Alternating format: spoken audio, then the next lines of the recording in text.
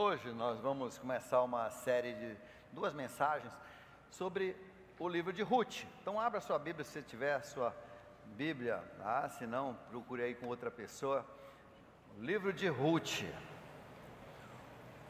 O livro de Ruth, essa história de Ruth, acontece durante o período dos juízes. Qual foi o período dos juízes? O período de juízes é um período entre, quem é que sabe? Período de juízes, você que já estudou, faz tempo.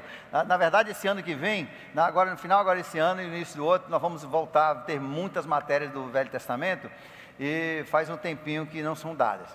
O período de juízes é um período entre Josué, depois da morte de Josué, até o início do reinado de Israel, que é o período de Saul, quando Saul se torna o primeiro rei de Israel.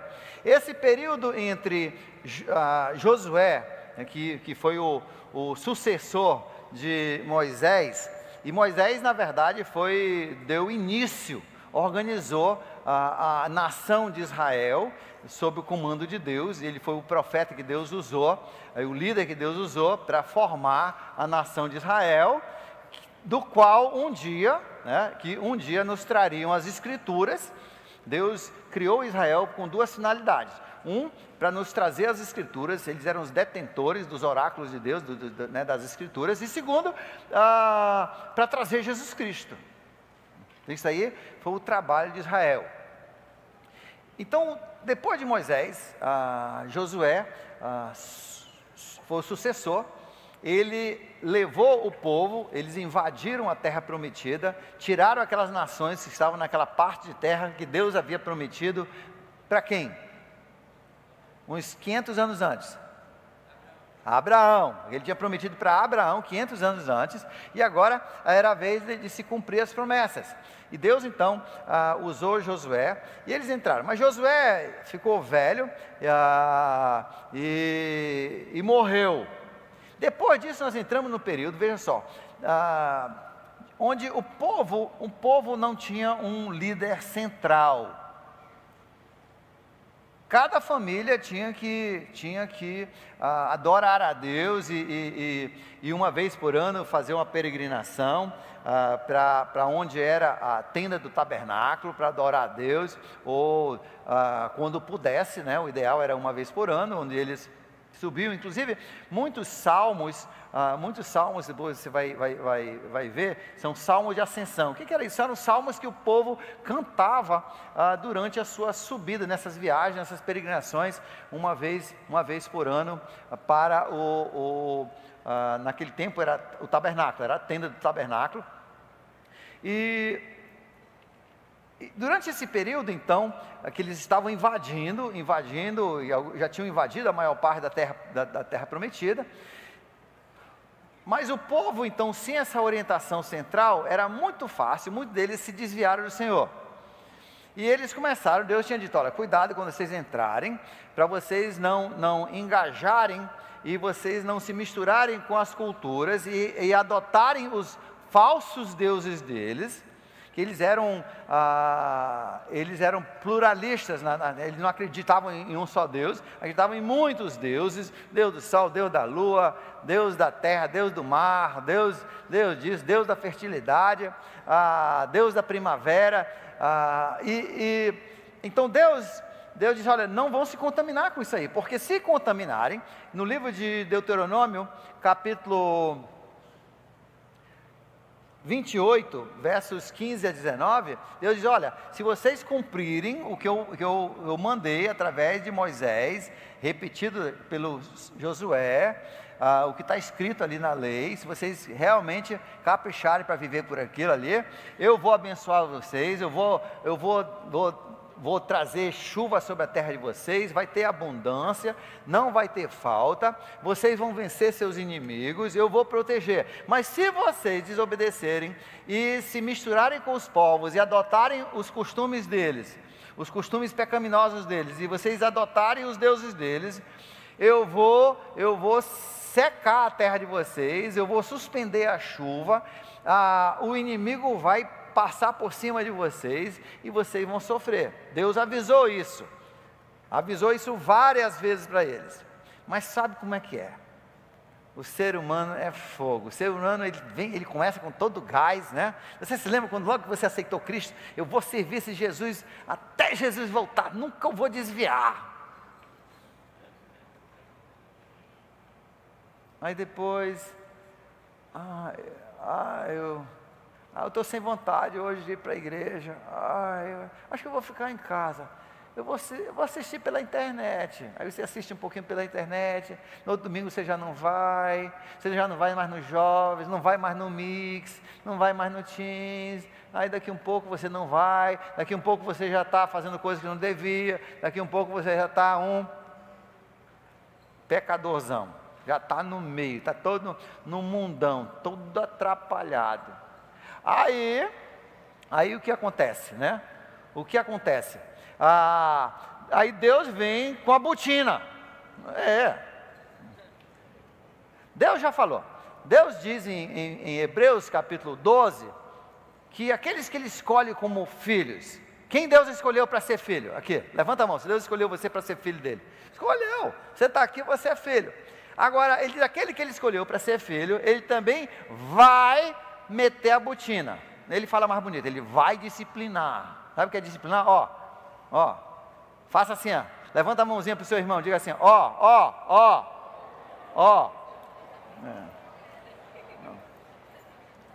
O Lula e a Xuxa pode ter passado uma lei aí, para ninguém dar palmada no filho, mas essa lei não funciona no céu, entendeu?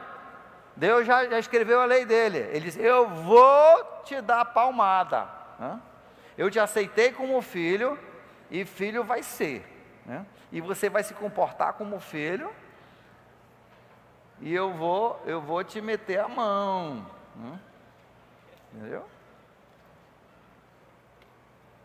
Então, durante o período de Juízes, quando você lê o livro de Juízes, aí o povo se desviava, ia para o mundão, começavam as práticas mundanas, as práticas abomináveis a Deus.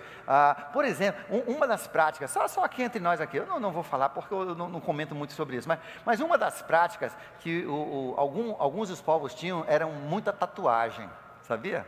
Eles gostavam de tatuagem. Aí Deus dizia, eu não quero que vocês metam tatuagem, que aí vocês vão se infiltrar junto com esses povos, vai levar você para outras coisas.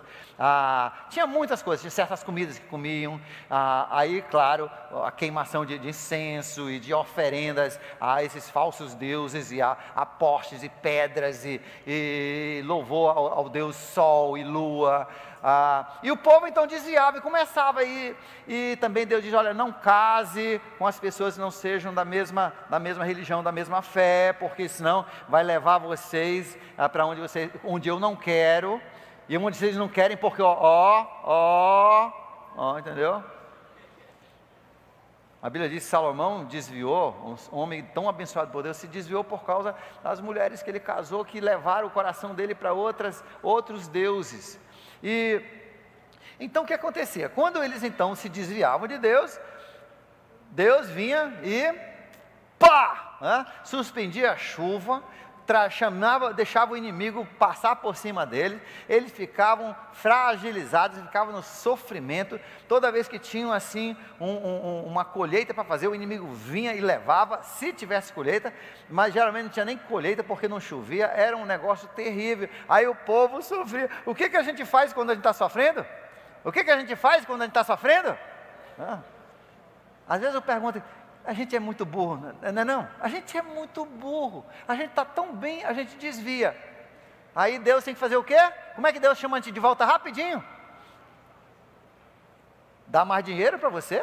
Dá um carro novo? Não, aí você desvia mais ainda, né? Você desvia mais ainda. Aí o que Deus faz? Se você não lembrar nada hoje,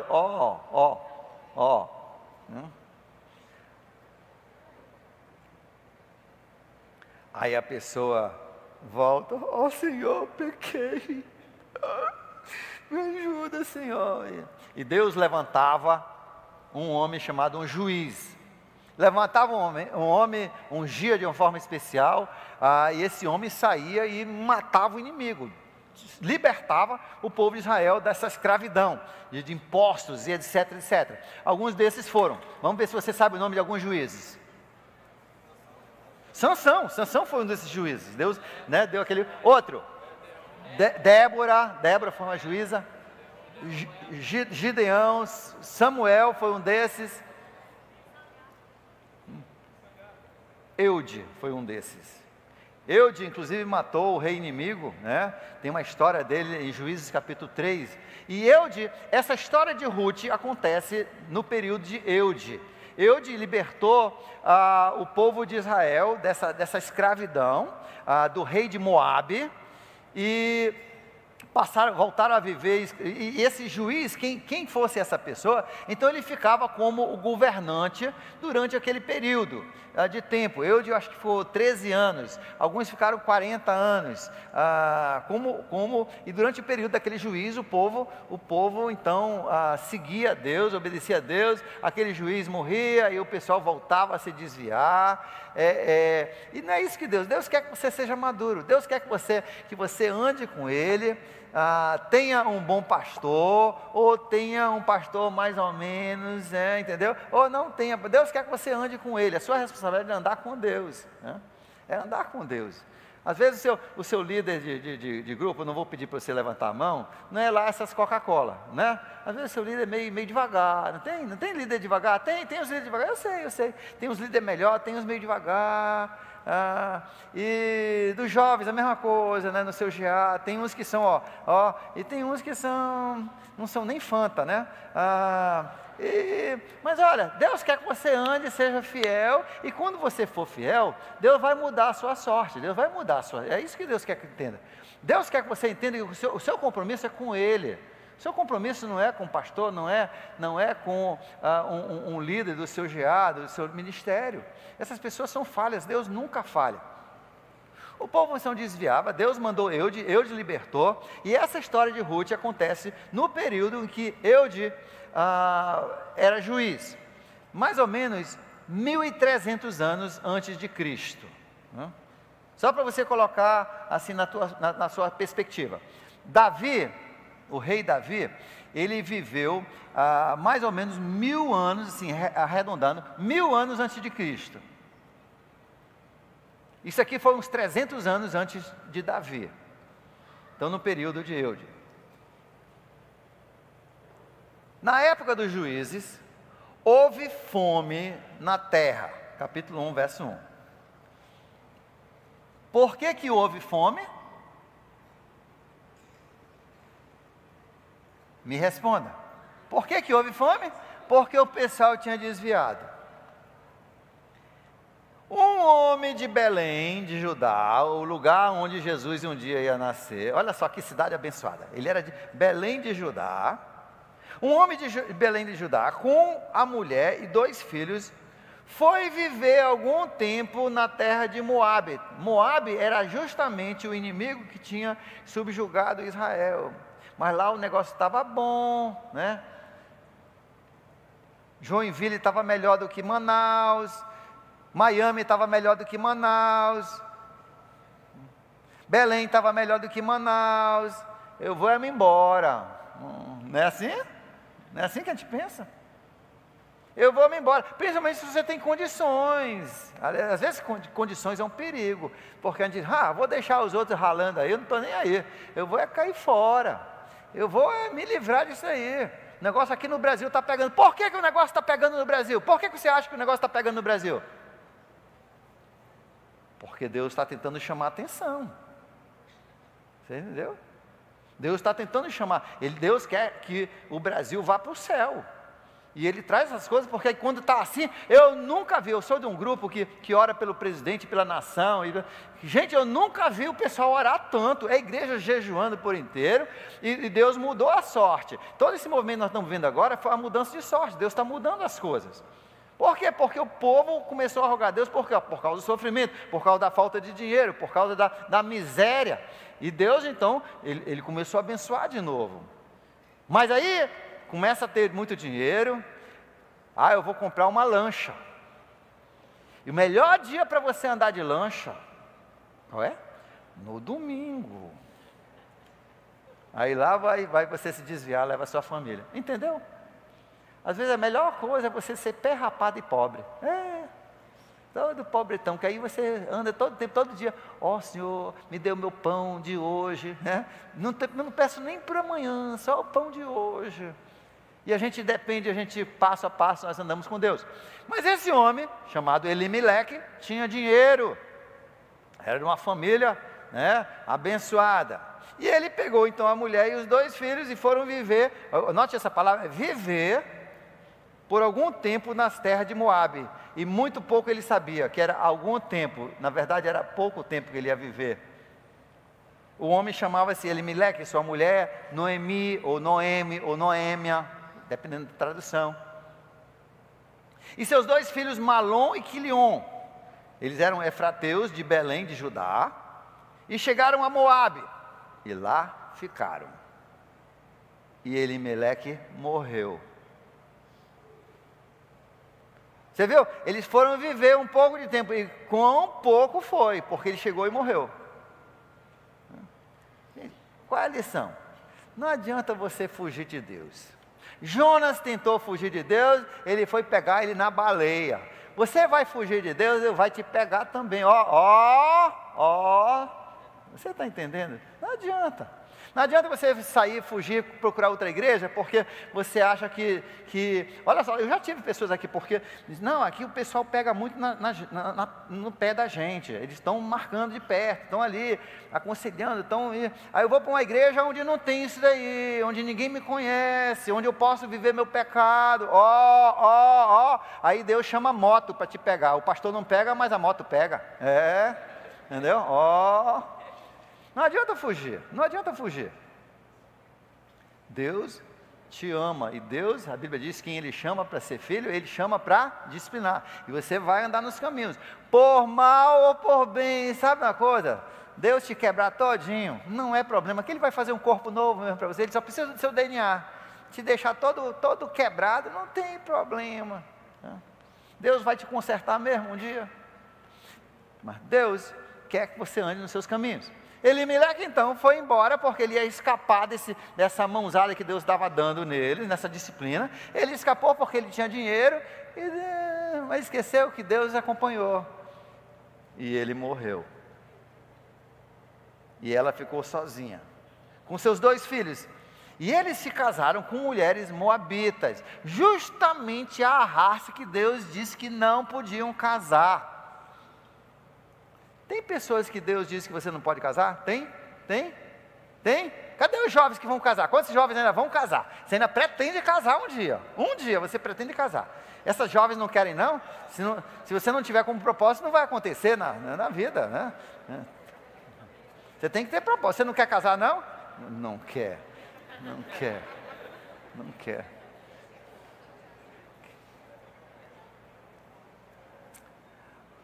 Olha só, Deus diz: case com uma pessoa da mesma fé, uma pessoa que tem o Espírito Santo. Agora o que acontece? Preste bem atenção agora. O que acontece? Justamente nessa época que você está pensando em casar. Qual é a época que você está pensando em casar? Dos 15 aos 25, né? Dos 15 aos 25 você começa a pensar em casar, né? Não é isso?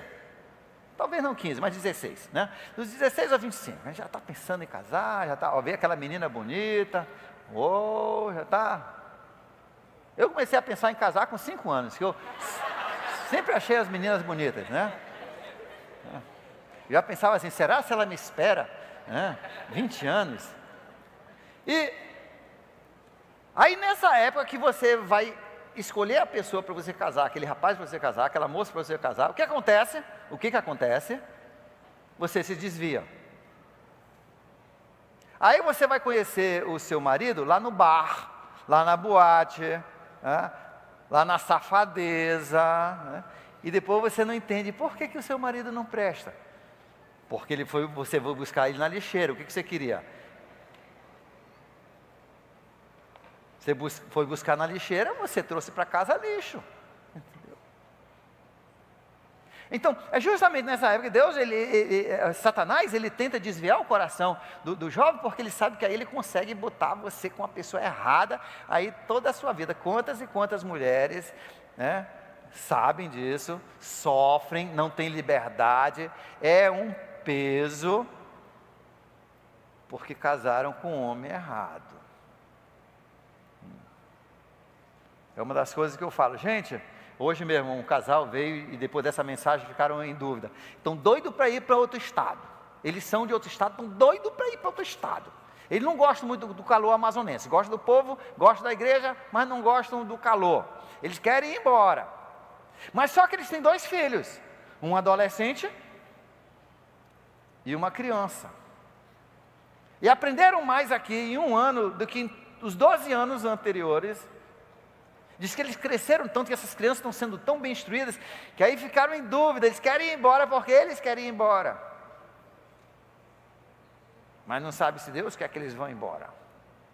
Digo, pense bem, sabe por quê? Porque Satanás já sabe que esse jovem, esse que é adolescente jovem, já vai começar a namorar. E onde é que você vai encontrar uma mulher melhor do que na Nova Igreja Batista? Não existe. Não existe, entendeu? Não existe. Onde é que você vai? Tem pouco homem que presta, me desculpe, mas tem pouco homem que presta. Tem, né? A não ser na Nova Igreja Batista. Aqui tem homem que eu assino embaixo. Eu assino embaixo, tem homens, alguns, né? Eu assino embaixo. Esse é um cuidado que pais precisam ter. Alguns anos atrás, um cidadão perdeu o emprego aqui, aí apareceu um emprego num outro estado, ele se mandou, nem pensou nisso aí, foi embora. Eu já soube depois que ele já estava lá e ele tinha uma criança aqui. Aí um dia ele veio visitar, aí eu vi que essa criança não era mais criança, era um adolescente. Aí eu perguntei dele, sim, aí vocês encontraram uma igreja lá, estão servindo a Deus? Não, a gente está ficando só em casa, sabe por quê? Lá a gente não achou uma NIB, a gente está só em casa. Às vezes a gente assiste pela internet, mas às vezes a internet não está boa. Era bandido, entendeu? Como diz o pastor Leandro, era bandidando, né? Aí eu digo, olha, meu irmão, o problema é esse jovem aí. Ele já está na idade agora de começar a gostar de menina, né? E ele vai entrar no mundão, e depois é você que vai ficar chorando, é você que vai ficar com os problemas. Um mês depois eu vi ele de novo aqui, digo, veio fazer outra visita? Ele disse, não, eu vim foi de mudança, né? Eu entendi o recado de Deus, né? Realmente, eu ia perder meu filho lá, e eu quero que ele sirva a Deus. Então a gente precisa tomar em consideração, a gente precisa levar em conta essa questão de nós sairmos assim, porque ele saiu, aí o que aconteceu? Ele morreu, primeiro ele morreu, e os filhos dele casaram com quem Deus havia proibido, casaram com 2 que Deus havia proibido, né, que eram 2 moabitas. Depois de terem morado lá quase 10 anos, Malom e Quilion também morreram. Entendeu como é a coisa? Não foi só o Elimeleque que tomou a decisão e morreu, mas agora os 2 filhos morreram. Se você desvia, você morre e leva junto os seus filhos. Esse é o problema de você desviar. Você nunca desvia sozinho, né? Às vezes a pessoa diz, não é da tua conta. É sim. É tipo o marginal, o filho marginal, né? Que diz assim, ele quer usar suas drogas, Nós tivemos um caso assim, um amigo, não é aqui da igreja, que o garoto, não é da tua conta, se eu quero usar maconha, eu uso maconha, né? Falou para a mãe, não é da tua conta, sim.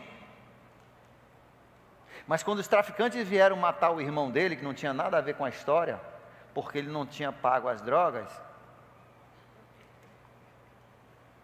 não era da conta da família?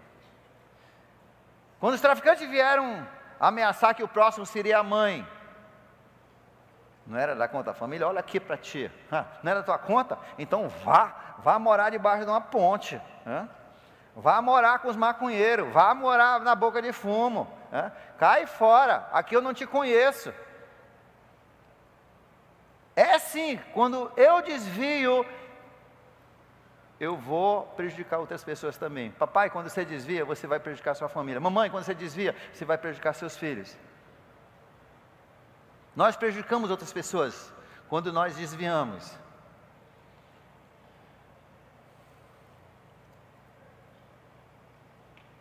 Morreram.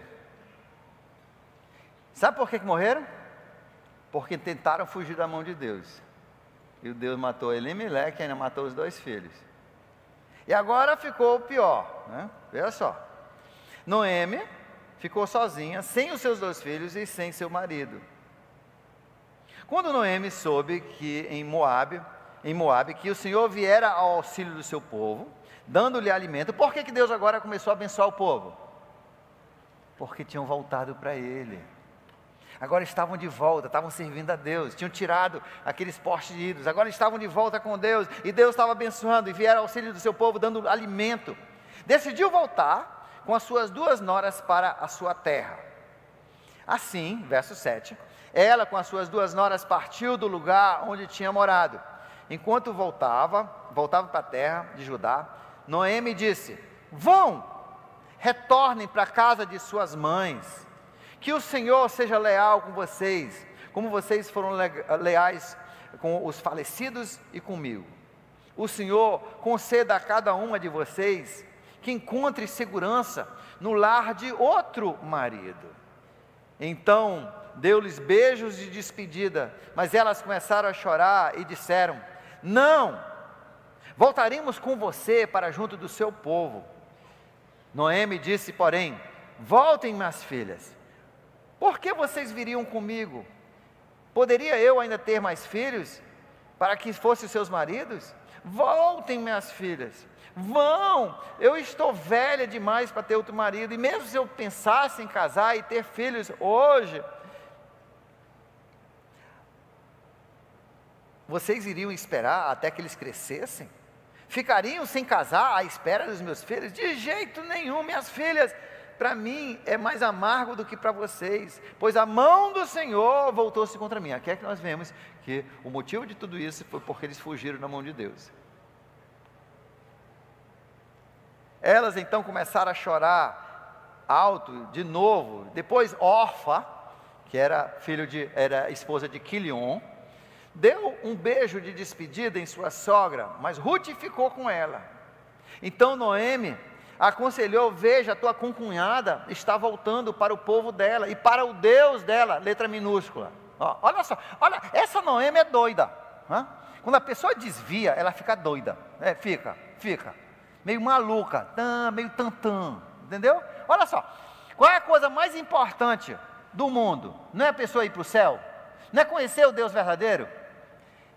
A Noemi tem uma chance de levar essas duas noras para conhecer o verdadeiro Deus, para o lugar onde Deus era adorado, o verdadeiro Deus era adorado, e ela está dizendo: não vá não, volte para os seus deuses, volte para a sua casa.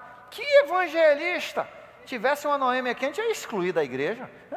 Uma bandida dessa aí, não, tá vendo? A pessoa desvia e fica meio tantã. Uma oportunidade que Deus está dando dessas pessoas conhecerem Deus, e ela: não vai não, fique lá, vá para o inferno, vá para o inferno, minha filha, Deus te abençoe, vá para o inferno.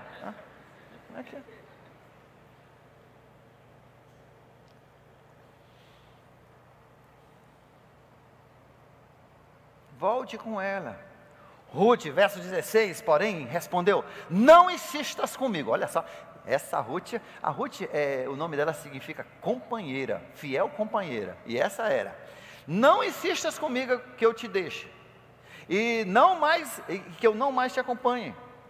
Aonde foi? Agora vamos ler isso aqui, porque todo convite de casamento tem isso aqui, né? Todo mundo ama isso aqui. E não foi nem rapaz que falou para a moça, nem moça para o rapaz. Quem falou foi uma nora para a sogra. Toda sogra, o sonho é ter uma nora dessa. Olha só, né? Vamos ler, porque é muito bonito, é poético. Vamos lá? Aonde fores, eu irei. Onde ficares, ficarei. O teu povo, o teu Deus,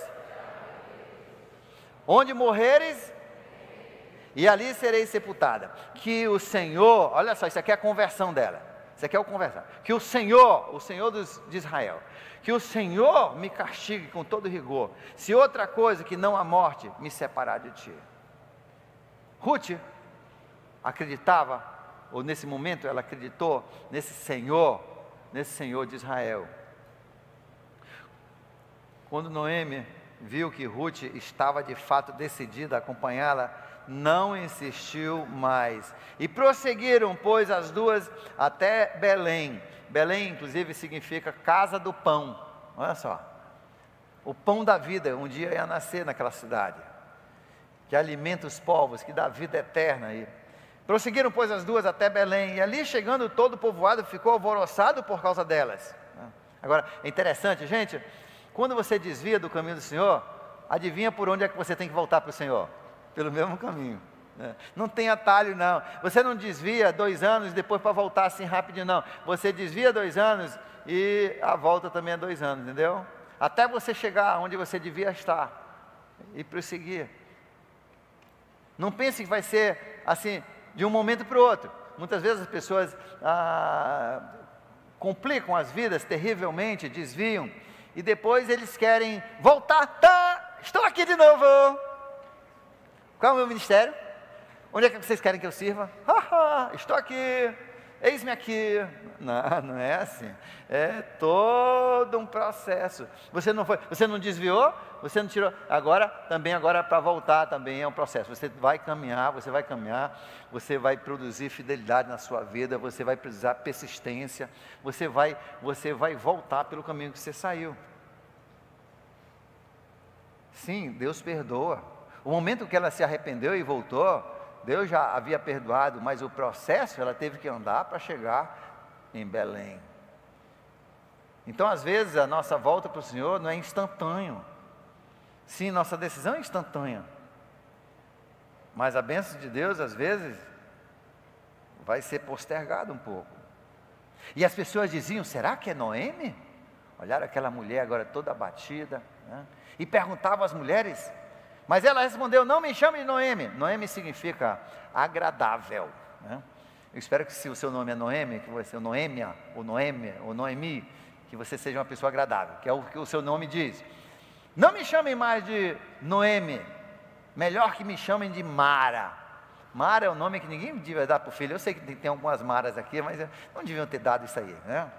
Porque significa amargura, mágoa, né? Amargo, né? Vixe, né?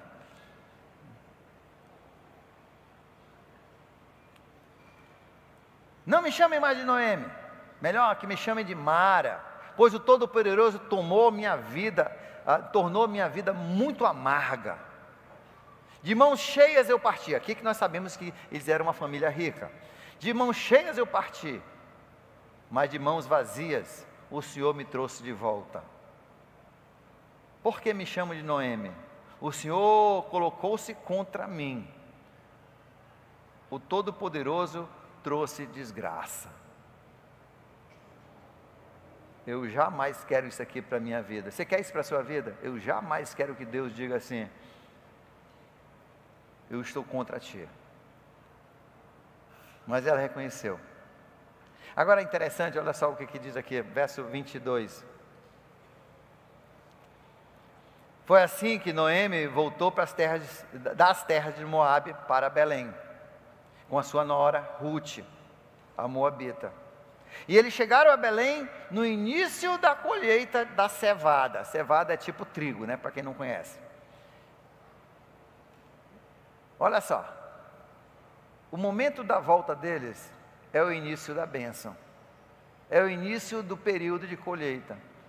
Você que está pensando em desviar, você que já está meio caminho andado, você já deu alguns dias de caminhada no desvio, gente, se arrependa e volta para Deus. E quando você chegar de volta, é que vai começar a sua bênção, é o início da sua colheita. Vire, entenda que Deus vai te acompanhar. Você é filho, Deus vai te acompanhar. Vai te acompanhar. E não vai ser bom. Não vai ser bom. Não pense que você vai escapar de Deus, não. O filho rebelde que diz, eu vou sair de casa. Ele sai de casa e entra no exército. Ele pega o pior sargento do exército, né? Para acabar com ele. Não é isso? É uma maravilha. Deus é bom. Deus acompanha os filhos dele. Para cima e para baixo. Bem, Noemi tinha um parente por parte do marido, capítulo 2, que era um homem de rico e influente, né? Então você vê que essa família, eles eram uma família rica. E ele pertencia a clã de Elimeleque. Clã era, né, a família, digamos assim, de Elimeleque. E chamava-se Boaz. Boaz significa força interior. Ruth, a moabita, disse a Noemi: vou recolher espigas no campo daquele que me permitisse. Não era espiga de milho não, tá? É espiga de cevada. E é uma espigazinha, né? Faz o trigo de cevada. Eu vou recolher espigas no campo daqueles que me permitir. Vá, minha filha, respondeu-lhes Noemi. Então ela começou a recolher espigas atrás dos ceifeiros. Agora, qual era o costume? E ela já tinha visto isso, logicamente, ela viu as pessoas, e talvez a Noemi já tinha falado para ela. Deus, ele tem um plano ideal para os pobres. Tem. E o plano de governo de Deus para os pobres, ele escreveu, e seria muito bom os nossos governantes lerem a Bíblia. O plano é esse: nunca se dá dinheiro sem atrelar isso a trabalho. Deus, dentro da lei que ele deu para Moisés, disse: não, você tem que cuidar das pessoas estrangeiras, você tem que cuidar das pessoas, das viúvas, você tem que cuidar das pessoas pobres, você tem que cuidar delas, senão você não vai ser abençoado. Mas como? Nunca dando um salário família. Gente, isso está errado. Salário família está errado. Salário pescador para o cara não pescar, gente, está errado. Dinheiro que não é atrelado é só uma ferramenta do governo, daquele governo, para subjugar o povo à influência deles. E nunca é o suficiente e tira a dignidade do ser humano. Ganhar pelos seus esforços traz dignidade, traz autoestima. E você destrói a autoestima do povo quando você... O que aconteceu na Venezuela? Foi exatamente isso. O governo fazia isso, era aquelas filas. E hoje você vê um povo destruído. O povo que tinha motivação foi embora. Então, esse sistema que o nosso governo, inclusive, estava usando, está errado. Não vai funcionar. Estava desgraçando esse país. Tem mais, você fica dando, e quem é que vai produzir? Se não houver produção, um dia o dinheiro acaba. Como está acabando o nosso. Gente, essa reforma que está sendo votada, é porque não tem mais dinheiro. Não tem mais dinheiro. A produção acabou, os impostos acabaram, desincentivaram, e as indústrias começaram a... Olha só a nossa indústria aqui. Da onde o dinheiro vem para dar essas bolsas? Ela vem ou de inflação, dinheiro que imprime sem lastro. Gente, então, uma das coisas, você que um dia vai ser governante, alguns dos jovens aqui que um dia vão para o governo, gente, bote isso na cabeça, nós precisamos, Chico Preto que está aqui entre nós temos outros que também estão concorrendo, bote isso na cabeça, não se dá dinheiro de graça, sim, nós temos que ajudar o pobre, mas sempre atrelado ao governo. Todo o nosso serviço de gari, todos os nossos serviços de governo, todos de manutenção, tudo devia ser dos pobres. Diariamente, ele trabalha aquele dia, ele ganha o dinheiro daquele dia. O cara está mendigando na rua, pega essa pessoa, leva ele para trabalhar. Se não trabalhar, que morra. Entendeu?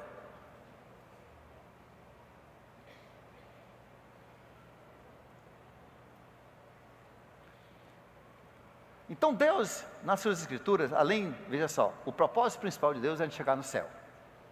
Inclusive esse livro de Ruth está ali na Bíblia, porque tem a ver com isso. E nós vamos ver na próxima semana.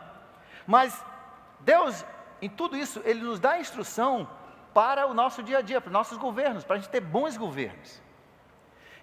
E olha só como é que era a lei. A lei dizia assim, que na época da colheita, os pobres tinham direito de sair atrás dos colhedores, dos colheiteiros, né, que estavam fazendo a colheita, e que eles podiam iam pegando aquelas espigas que iam caindo.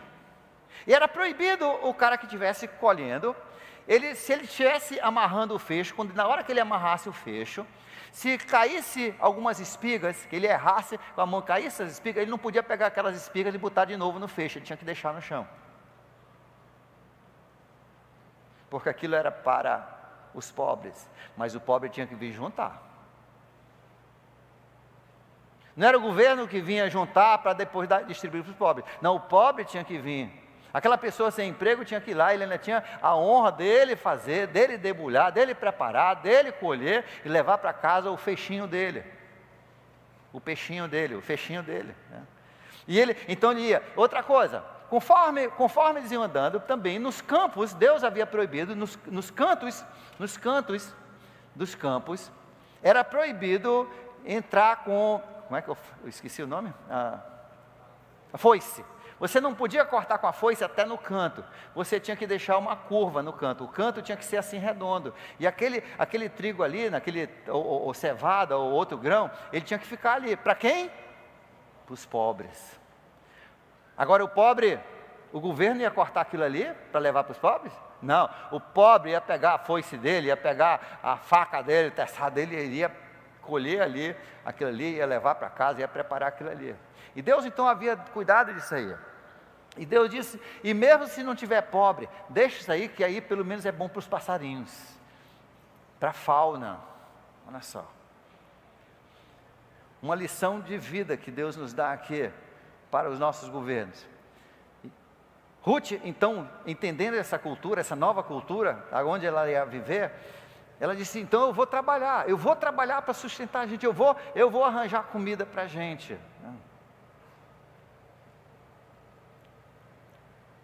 Vou recolher espigas no campo daquele que me permitir. Vá, minha filha, respondeu Noemi. Então ela foi e começou a recolher espigas atrás dos ceifeiros.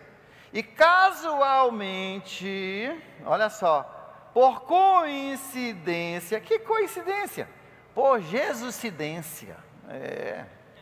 Olha só, por Jesucidência, casualmente ela entrou na parte da plantação que pertencia a Boaz, que era da clã de Elimeleque, e naquele exato momento que ela entrou dentro do campo dele para colher, adivinha quem aparece? O bendito. Naquele exato momento, Boaz chegou de Belém e saudou os ceifeiros. Aonde? Na hora em que a Ruth estava bem ali. Você entendeu como Deus faz as coisas? Deus é perfeito. Ele faz você atrasar o ônibus, Ele faz você atrasar isso aqui, justamente para as coisas acontecerem, no momento certo. Deus é perfeito. Deus queria que Boaz visse Ruth, e que Ruth visse Boaz. Você entendeu? Por isso que jovem não pode perder nenhum culto de jovens, nem culto nenhum, entendeu? Porque você pode perder a sua Jesucidência.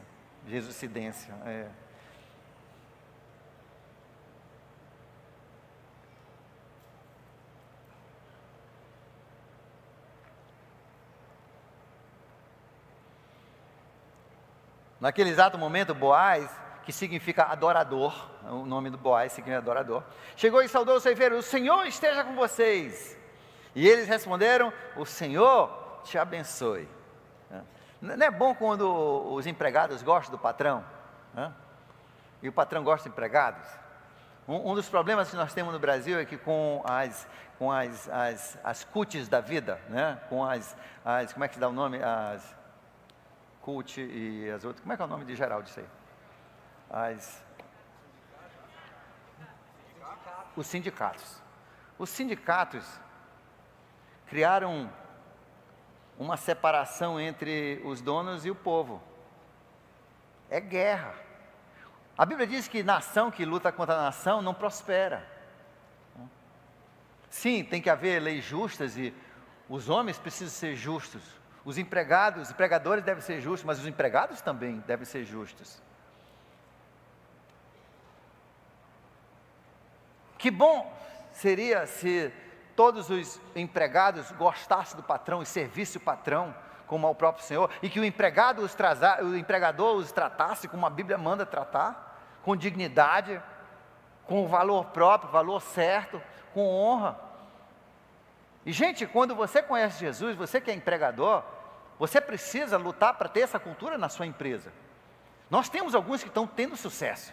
Eu tenho um irmão que eu fui visitar a empresa dele outro dia, eu fiquei maravilhado no trato das pessoas. As pessoas gostam do homem, o homem abençoa o povo, o pessoal abençoa ele, o pessoal ora por ele, ele abençoa aquele povo. Gente, esse é o cristianismo verdadeiro. É o cristianismo que acontece lá na fábrica. Você que é funcionário, você tem que ser dessa forma. E se você for dessa forma e o seu patrão não for, pode contar que Deus vai resolver com o seu patrão. Vai. Ele não resolveu com Elimeleque? Ó.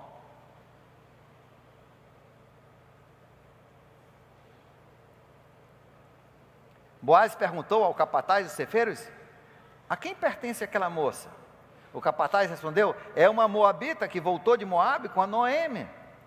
Ela pediu que eu deixasse recolher e juntar espigas entre os feixes após os ceifeiros. Ela chegou cedo e está em pé até agora, só sentou um pouco no abrigo, né? na sombra lá. E disse então Boaz a Rute: ouça bem, minha filha, aqui você vê a diferença de idade.